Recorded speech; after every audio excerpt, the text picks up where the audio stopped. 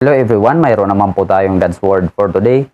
Ngunit bago yan, kung hindi ka pa nakapag-subscribe ay inaanyayahan po kita na mag-subscribe. Pindutin lamang po ang subscribe button at ang notification bell para lagi po kayong ma-update sa aking mga bagong upload. Now, ang ating teksto ngayon mga kapatid na pag-uusapan ay nandito po sa mga ngaral 3:1 at 4. Ang sabi po dito, ang lahat sa mundong ito ay may kanya-kanyang panahon, may kanya-kanyang oras.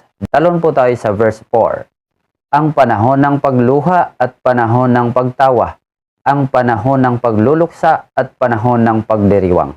Now, ang topic po natin ngayon mga kapatid, climate change ng buhay natin.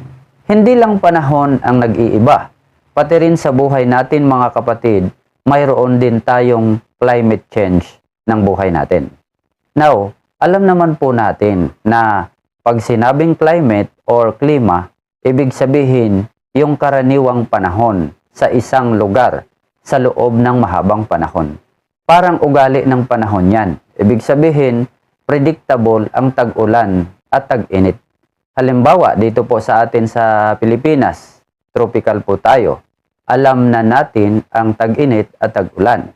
Sa Canada, malamig at may snow tuwing taglamig. Sa Sahara naman, mainit at tuyo dahil disyerto po dyan. Now, sa China, alam naman po nating napakalawak ng China. May iba't ibang klaseng klima sa hilagang China, gitnang China, timog China, at kanlurang China. Lahat ng klima nandoon na. May snow, may disyerto, may tropical. At may 4 season tulad ng spring, summer, fall, at winter. Ngayon, pag sinabi nating climate change, hindi na po predictable ang nangyayari. Nasanay kasi ang tao sa season na parati na lang, tapos biglang nag-iba, tulad ng nangyaring tornado or buhawi dyan po sa China. Sabi ng mga eksperto, dahil daw po yan sa climate change. Yes, totoong nasanay lang tayo sa ating klima o season na ating laging naranasan.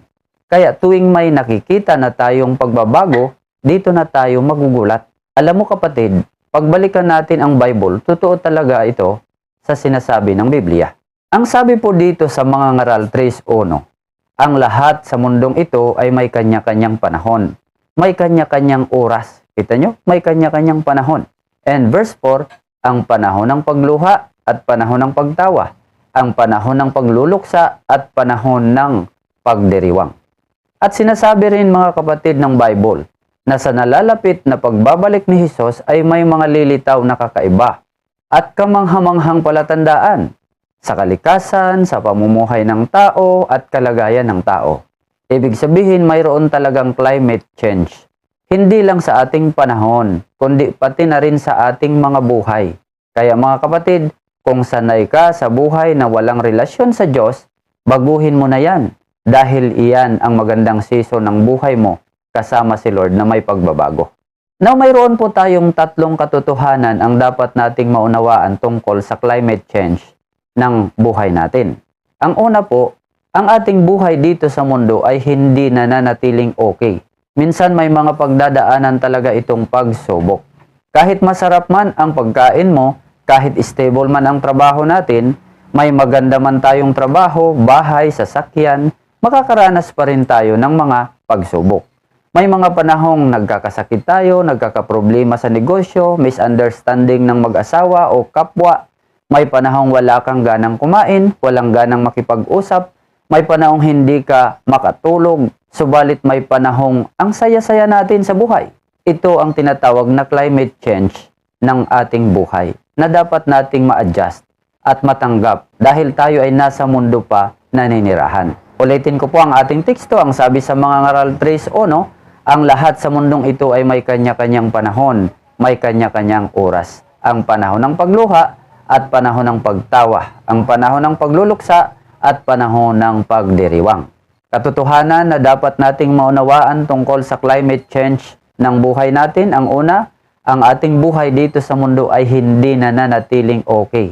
Minsan may mga pagdadaanan talaga itong pagsubok. Number 2, ang ating buhay dito sa mundo ay nag-iiba habang nagkakaedad tayo. Huwag nating isipin na lagi lang tayong malakas, maganda ang postura, maganda at guwapo. Huwag nating isipin na lagi lang tayong bata.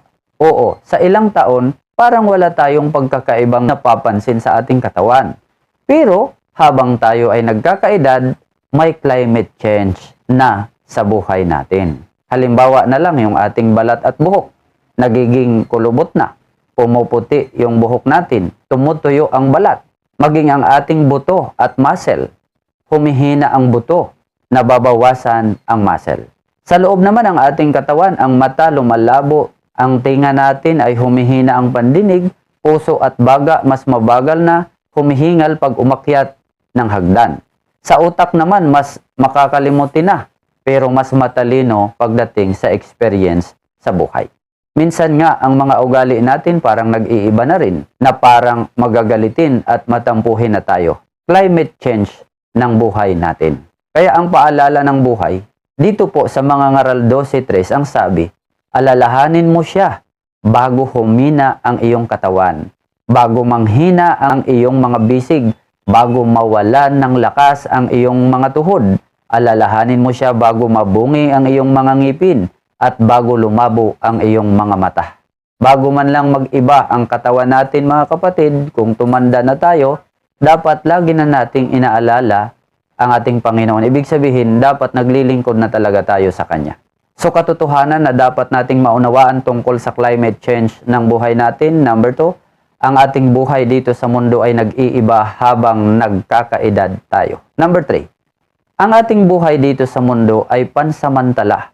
Darating ang panahon na may bago itong mundong kakaharapin. Akala mo siguro wala ng paghuhukom, wala ng Hesus na babalik. Akala mo siguro wala ng kamatayan. Akala mo lang yon.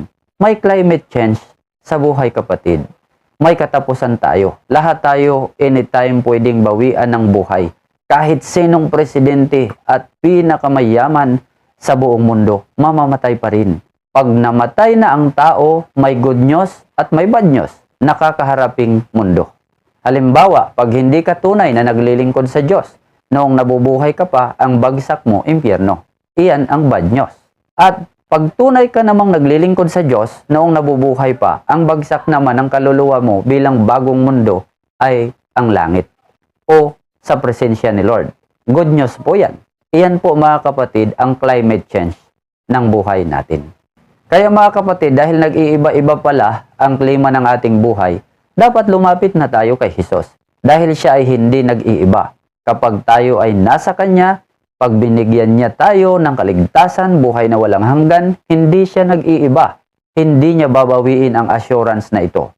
Sa presensya ni Lord, sa langit o sa tirahan ng Diyos, wala ng climate change sa buhay natin. Dahil lahat ng parte ng buhay nating physical ay babaguhin na ng Panginoon, pati na ang loob natin o mga karakter natin. So mayroon tayong tatlong katotohanan ang dapat nating maunawaan tungkol sa climate change ng buhay natin. Ang una, review muna tayo sandali. Ang ating buhay dito sa mundo ay hindi na nanatiling okay. Minsan, may mga pagdadaanan talaga itong pagsubok. Number 2, ang ating buhay dito sa mundo ay nag-iiba habang nagkakaedad tayo. At number 3, ang ating buhay dito sa mundo, pansamantala, darating ang panahon na may bago itong mundong kakaharapin. Ang ating application naman po ngayon mga kapatid, dapat nating ilagay sa ating isipan na walang permanenteng buhay o kalagayan sa mundo.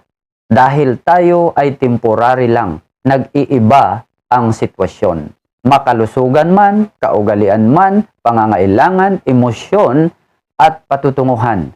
Kaya mga kapatid, mas wala nang hihigit sa buhay na naglilingkod sa Diyos dahil mayroon tayong guidance mula sa mundong nag-iiba-iba ang klima.